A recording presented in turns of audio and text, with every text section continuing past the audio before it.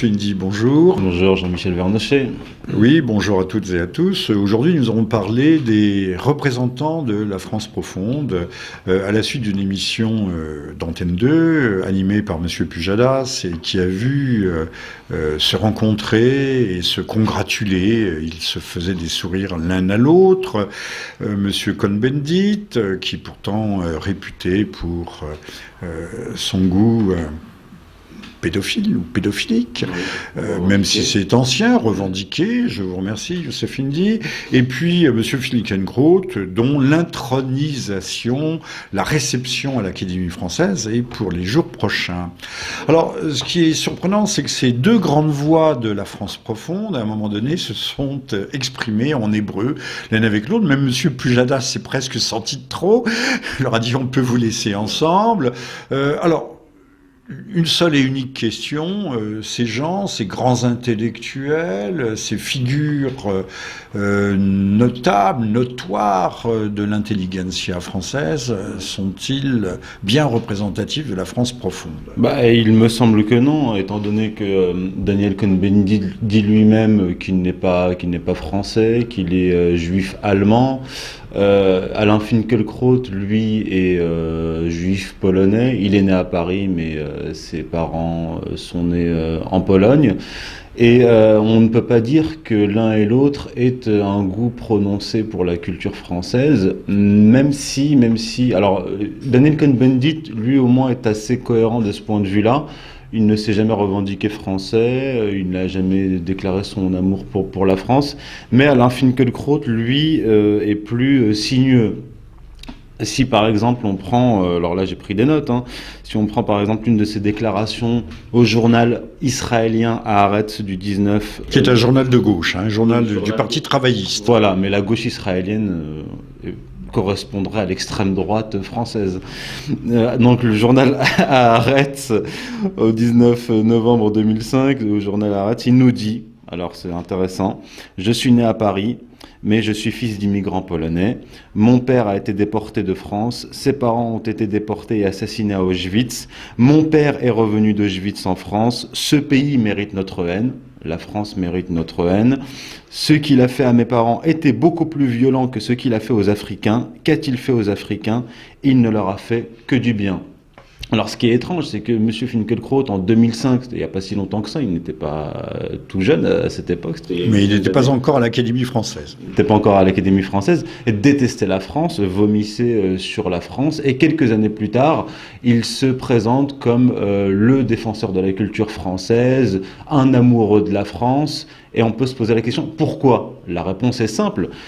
Parce que cet amour de la France doit se faire sur le dos d'une partie de la population française ou immigrée, en tout cas musulmane. C'est-à-dire que lui, comme Éric Zemmour, aime la France, mais contre... Alors, il n'est français qu'en tant qu'il est islamophobe, arabophobe, orientalophobe. Exactement. Alors, on peut se poser une question plus générale. Comment se fait-il que des Alain Finkielkraut et Éric Zemmour, qui donc se présentent comme des juifs de droite, qui étaient de gauche, je rappelle... Ah oui, vous venez d'introduire un tiers non payant qui est Monsieur Zemmour. Oui, voilà, parce que... Lui aussi grand défenseur et fortement admiré du côté des patriotes et des nationaux français. Voilà. Alors, les deux nous disent qu'ils sont de droite, alors qu'Alain Finkielkraut, lorsqu'il était jeune, jusque dans les années 80, faisait partie de cette gauche extrême, maoïste. Oh, oui, extrême gauche, il vient de l'extrême gauche. Quant à Éric Zemmour, lui, ce qu'on sait moins, c'est qu'il était à gauche, mais lui, la gauche libérale, la gauche caviar. Socialiste. Voilà. Alors, je vais citer Éric Zemmour qui nous disait « Je me croyais de gauche ». Peut-être que dans 20 ans, il nous dira « Je me croyais français ». Je me croyais de gauche, j'ai voté pour Mitterrand en 81 et en 88, et puis j'ai rompu avec la gauche depuis l'histoire du voile islamique au collège de Creil.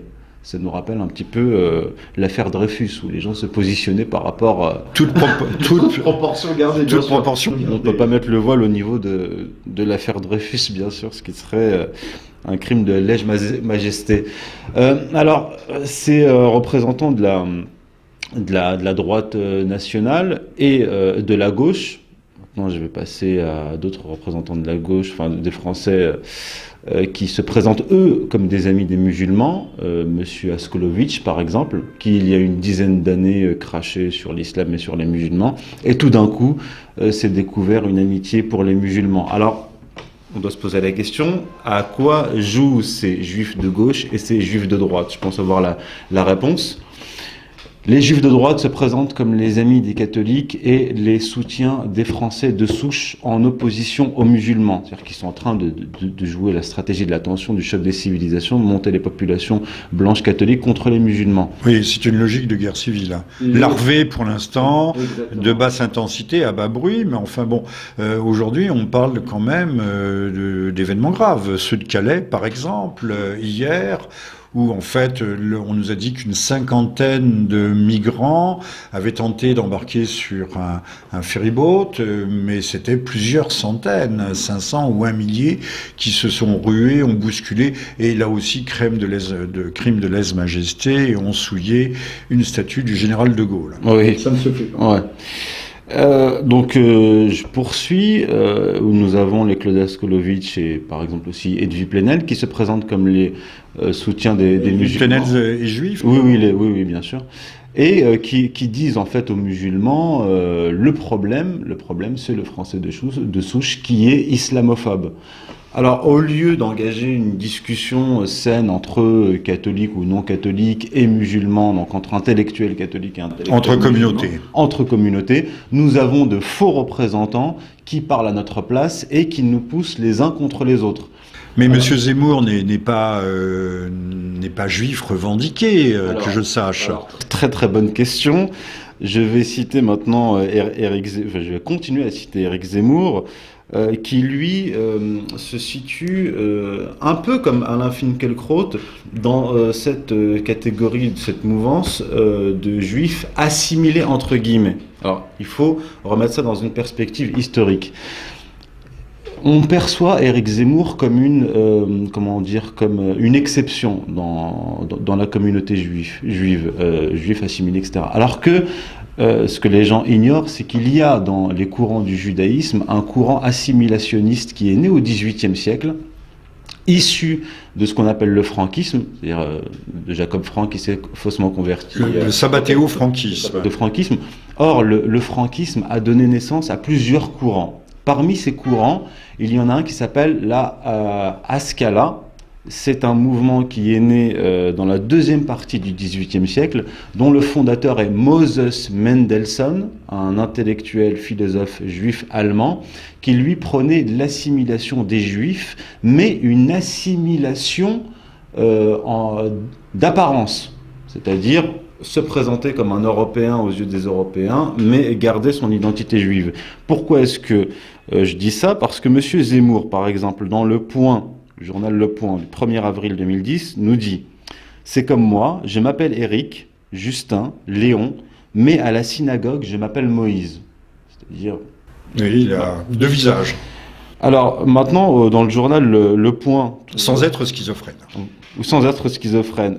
J'ajouterais qu'ailleurs, lors d'une émission, il s'est trahi parce qu'on lui a posé la question « Qu'est-ce que l'assimilation ?» Il dit pour nous, les Juifs, l'assimilation, c'est retirer la kippa en dehors, dès qu'on sort de la synagogue. Ça, ce n'est pas de l'assimilation, c'est de la dissimulation. On masque son identité et son appartenance religieuse. Alors, je vais maintenant au point du 2 octobre 2014, c'est très intéressant, il est écrit « À la maison, Éric Zemmour mange cachère. Il a 2 vaisselles séparées, une pour la viande, l'autre pour le lait. Car dans la Torah, il est dit « Tu ne mangeras pas l'agneau dans le lait de sa mère ». Jean-François Copé n'en revenait pas lorsque Zemmour lui a raconté les 2 vaisselles. « Dehors, notre homme mange de tout, sauf du porc. Je n'aime pas, entre guillemets. Ah, même la bellota ? Je pense que j'ai sublimé l'interdit par le goût. Il ne croit pas en Dieu, mais il fait quand même la prière à la synagogue, et les fêtes religieuses et les bar mitzvahs des garçons. On aperçoit une chaîne en or sous sa chemise, on lui demande ce qui y pend, il sort un petit Sefer Torah, les rouleaux du texte saint. Alors c'est intéressant parce que monsieur... Non, mais vous me sortez ça d'un torchon d'extrême droite. Non, non, c'est dans le journal. Quel conspirationniste a pu publier une horreur pareille? C'est le journal central de la droite, Le Point, le journal Le Point. Ah, c'est Le Point. C'est Le Point. Une institution. Bien sûr, bien Et sûr. une institution a pu publier des choses pareilles. Bien sûr. Sans tomber sous le coup de la loi. Non, sans aucun problème. Parce que c'est Zemmour lui-même qui parle en partie dans cet article. Mais ce qui est intéressant, c'est que M. Zemmour nous dit qu'il ne croit pas en Dieu, mais qu'il va prier à la synagogue. Ce qui signifie qu'il n'est pas un juif croyant. On pourrait dire qu'il a tout à fait le droit d'être un juif pieux qui prie. Non, c'est un juif identitaire. C'est-à-dire que c'est quelqu'un qui va à la synagogue sans y croire. Donc, il fait partie de cette catégorie de juifs qui est juif par le sang. Il a une conception identitaire, peut-être même raciale de la judéité, parce que si on va à la synagogue, c'est qu'on croit. Si on y va alors qu'on ne croit pas, c'est qu'on est un communautariste, un identitaire. Une anecdote, je me souviens du très grand orientaliste aujourd'hui décédé, qui s'appelait Maxime Rodinson, qui était un personnage extrêmement curieux, qui s'intéressait au communisme au début du siècle en France, et à une époque où le journal d'Humanité se proposait de brûler Paris. Il y avait un feuilleton, brûler Paris, puisque c'était la grande mode, c'était la révolution, la subversion, l'étripage des classes les unes contre les autres. Et Maxime Rodinson, que j'avais invité à une émission de radio, un jour m'a dit, monsieur, écoutez, regardez-moi, c'était un petit homme, pas très beau, il me dit, moi je ne suis pas juif, je ne suis pas musulman. Je ne suis pas chrétien, évidemment, mais ni juif, ni musulman, ni chrétien, je suis un juif ethnique, un juif racial. Et il m'avait dit ça, je lui ai dit, je suis un pur sioniste. Ce qui avait le mérite, ce qui avait un certain panache, et ce qui avait le mérite, au moins, d'une honnêteté intellectuelle qui ne se rencontre pas fréquemment dans quelque communauté que ce soit d'ailleurs. Oui, donc il y a, Zemmour appartiendrait un peu à la même espèce, à la même catégorie que fut le regretté Maxime Rodinson. Ce qui est assez extraordinaire, mais ce qui est plus extraordinaire encore, c'est qu'il se présente comme le représentant, l'incarnation, le porte-parole, l'avocat de la francitude, de la France, encore une fois, éternelle, de la France. Tout cela est quand même assez déconcertant. Oui, alors, vous en conviendrez. Bien sûr, alors, comme je le disais, il se présente, lui, Finkielkraut, comme des représentants de la droite, or ils viennent de la gauche. Il se considère comme il se présente comme des représentants des Français, alors on voit bien que sur le plan identitaire et du positionnement politique, ils sont très loin d'être honnêtes et très clairs. Il se présente aujourd'hui, comme des spécialistes de l'islam. Alors, Monsieur Zemmour, Monsieur Finkielkraut nous disent que le Coran contient des appels au meurtre des Juifs et des chrétiens, toujours couplés les Juifs et les chrétiens, à chaque page du Coran. Alors, nous, on pose la question à Monsieur Finkielkraut et Monsieur Zemmour, qui nous citent des versets très précis du Coran où il est écrit très clairement qu'on doit tuer les mais pourtant, les chrétiens. Pourtant, l'abbé Pagès, par exemple, nous dit avoir lu un certain nombre de fois le Coran, oui, et nous jure mordicus, que ces passages se trouvent. Alors, il se trouve certainement, au moins quelques micro-passages, non Non. Au contraire, serait peut-être excessif. Il n'y a dans le Coran pas un seul verset où il est écrit « vous pouvez ou vous devez tuer les Juifs et les chrétiens ». Je vais vous donner un exemple très simple qu'on nous présente, donc on nous présente un verset du Coran comme étant un appel au meurtre des Juifs et des chrétiens. C'est « combattez sur le sentier de Dieu ceux qui vous combattent ». Le verset se poursuit en disant « sans pour autant être des agresseurs, car Dieu déteste les agresseurs ». Donc ce verset ne s'adresse pas... Oui, c'est un verset défensif. C'est un verset défensif qui ne concerne ni les Juifs ni les chrétiens, mais les Monsieur Indy, nous ne sommes pas là pour faire l'exégèse du Coran, sinon je vais encore me faire traiter de lèche-babouche. ce qui ne me disconvient pas. Encore une fois, je ne suis pas lèche-babouche, mais je pourrais rappeler aussi que dans les évangiles qu'on devrait bien relire, le Christ dit: je suis le porteur de l'épée, je suis pas venu apporter la paix mais la guerre. On a l'air d'oublier ça aussi, qu'il y a des paroles assez fracassantes et même déconcertantes dans les évangiles. Mais nous n'allons pas faire de l'exégèse chrétienne. J'aimerais qu'on revienne à cette émission emblématique, cette confrontation et cette collusion chez Monsieur Pujadas sur Antenne 2, télévision, chaîne publique, entre Monsieur Cohn-Bendit et Monsieur Finkielkraut. Alors, y a-t-il radicalement des oppositions entre les deux hommes, ou au fond ces deux hommes sont-ils sur les deux versants d'un même discours? Alors, ce qu'il faut dire déjà, c'est que Monsieur Finkielkraut et Daniel Cohn-Bendit viennent du même milieu. Ils viennent d'un milieu antiraciste, d'extrême gauche. Donc, en fait, ils sont au départ du même bord. Mais Monsieur Finkielkraut, ils ont divergé. Ils ont divergé parce que Monsieur Finkielkraut s'est découvert un amour pour la France éternelle, pour Barrès et Maurras. Même Maurras, ça c'est nouveau. Hein. Il ne le déclare pas, mais lors d'une émission chez TDI, il défendait de manière voilée Barrès. C'est pas le problème. Mais Monsieur Finkielkraut est très mal placé pour parler de la France qu'il vomit. Alors, en fait, il faut voir. Mais il a pu changer d'idée. Vous savez que les gens qu'on met en prison, on dit qu'ils sont entrés criminels, ils ressortent sanctifiés.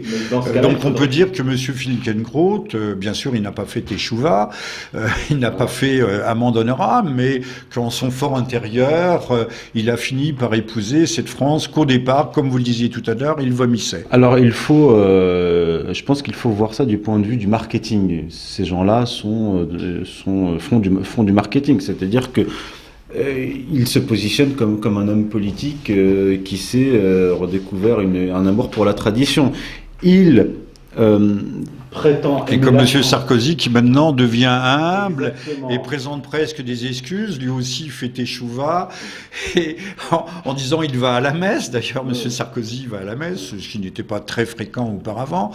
Et puis il nous dit: oui, j'ai commis des erreurs, c'était une faute. Quand le pauvre con, casse-toi pauvre con, il vient nous dire avec contrition qu'il avait commis une faute en salissant, il n'a pas utilisé un mot aussi fort, mais en ombrageant la fonction qu'il représentait et qu'il ne recommencerait plus. Oui, pour revenir à... J'espère qu'il n'en aura pas l'occasion d'ailleurs. Non plus. Pour revenir à Alain Finkielkraut, il se présente comme un défenseur de la France traditionnelle, pour justement mener cette partie de la France vers la guerre civile, parce que Enfin, vous êtes en train de le traiter de cheval de Troie, en quelque sorte. Oui, bien sûr, il est déguisé. On ne va pas me faire croire que entre... Vous voyez mes ailes, je suis oiseau. Vous voyez ma queue, je suis souris. Voilà. Ça, c'est une fable de La Fontaine. On ne va pas me faire croire qu'entre 2005 et 2010, Monsieur Finkielkraut a totalement changé. Or,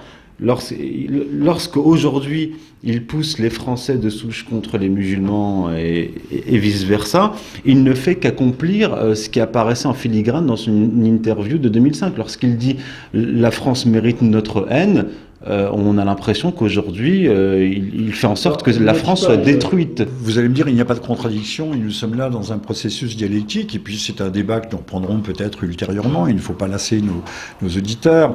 Le débat dialectique, puisque au départ, l'extrême gauche, maoïste, trotskiste, tout ce qui est aujourd'hui d'ailleurs au gouvernement, les Julien Dray et compagnie, était pour l'immigration massive. Peut-être ne se sont-ils pas rendus compte, parce que ces gens ne sont peut-être pas suffisamment intelligents, même s'ils sont très subtils, que cette immigration massive qui allait diluer l'ethnie française, casser la matrice ethno-confessionnelle, ethno-historique, ethno-culturelle, à un moment donné, pouvait engager à certains induire certains revers et ne plus être tout à fait contrôlable. Donc dialectiquement, un jour on est pour ces immigrations massives, d'ailleurs on l'est toujours à propos des migrants, mais en même temps tout cela semble très contradictoire, mais peut-être qu'à l'arrivée tout cela est fondamentalement cohérent. C'est parfaitement cohérent, ça suit justement le principe de la dialectique hegelienne. Monsieur Finkielkraut dans les années 80 était un tiers-mondiste. C'est-à-dire qu'il disait que nous, les Juifs, nous sommes solidaires des Noirs et des Maghrébins et autres qui exploités, opprimés, etc. Mais petit bémol, lorsqu'on lui a posé la question, mais donc vous vous sentez aussi proche des Palestiniens, il a dit non, jamais, ça jamais. ce qui est drôle. Donc, au départ, Monsieur Finkielkraut, il y a des limites à tout. Voilà, au départ, Monsieur Finkielkraut était un tiers-mondiste proche des SOS Racisme, et aujourd'hui, il est devenu un représentant du racisme anti-noir, anti-musulman, anti-arabe, poussant les Français de souche contre cette catégorie de la population en France et ailleurs. Et tout ceci, si on le replace dans un contexte géopolitique plus général, on se rend compte que ces Zemmour, ces Finkielkraut et consorts sont en train de légitimer la stratégie du choc des civilisations élaboré, comme je l'ai déjà expliqué. Au niveau global et au niveau français, c'est la guerre civile. Exactement. D'ailleurs, je tiens à préciser que M. Zemmour et M. Finkielkraut, lorsqu'ils parlent du monde musulman, se réfèrent à qui? Ils se réfèrent à Bernard Lewis. Bernard Lewis, qui est le concepteur de la stratégie du choc des civilisations, du terme choc des civilisations. Repris par Huntington ensuite. Repris ensuite par son élève Huntington, dans les années 50, en 1957. Et qui est aussi, bien sûr, de confession juive, Bernard Lewis, de nationalité israélienne, britannique, américaine, et c'est lui qui... J'espère que vous n'allez pas avoir, que nous n'allons pas avoir d'ennui avec la LICRA. Non, lui-même le déclare, hein, et lui-même le déclare. Tout ça est officiel. C'est, comme je l'expliquais dans mon ouvrage, c'est Bernard Lewis qui a convaincu le vice-président des États-Unis à l'époque, Dick Cheney, qui l'a convaincu d'attaquer l'Irak dans une stratégie favorable à l'État d'Israël. Donc M. Finkielkraut et M. Zemmour se réfèrent à M. Lewis pour nous parler du monde musulman. Vous voyez, et tout ceci a c'est une comme cohérence. si M. Bernard-Henri Lévy faisait la critique et l'exégèse lui aussi des évangiles, par exemple. Bien sûr, ça revient au même. Alors là, c'est ce qui nous amène à Marek Alter, ce monsieur Marek Alter qui a écrit une série de livres, dont le premier sur le prophète et ses femmes, dans lequel il a introduit un certain nombre de mensonges. Donc, bon, écoutez, alors ce que je vous propose, c'est qu'on revienne sur Marek Alter, parce que c'est un sujet intéressant. Peut-être pas aujourd'hui, ça sera notre prochain rendez-vous. Et puis on va voir, j'imagine qu'il n'y aura aucune réaction à vos propos, puisque ça serait leur donner de la publicité. Et ce qu'il y a d'horrible, c'est de la publicité, c'est que les choses deviennent visibles là où on souhaite qu'il n'y ait qu'obscurité.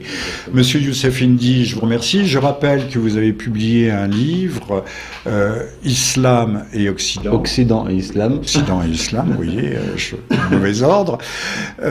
Sources et racines messianiques. Sources et genèse messianique du sionisme, de l'Europe médiévale au choc des civilisations. Voilà, tout un programme, et c'est un programme qui, hélas, risque de s'accomplir sous nos yeux pour notre plus grand préjudice. Et ceux qui aujourd'hui poussent au feu dans la confrontation, je n'ai pas dit l'affrontement, la confrontation interconfessionnelle dans nos pays ou à l'échelle européenne, et qui en même temps, dans le même temps, sont les mêmes qui ouvrent largement nos frontières ou qui abolissent les frontières. Ces gens-là ne se rendent pas compte de ce que peut être ou de ce que devrait être ou doit être une guerre civile. Je crois que nous devons prier, musulmans comme chrétiens, pour que cette guerre civile n'advienne pas et que nous trouvions d'autres voies d'harmonie ou de cohabitation harmonieuse, ce qui ne veut pas dire, encore une fois, je le répète et je conclus là-dessus, que la France, à mes yeux, n'a pas vocation à devenir musulmane. Je ne vous choque pas trop. Non, pas du tout. Merci à vous et à très bientôt. Merci à vous, monsieur Bernochet, à bientôt.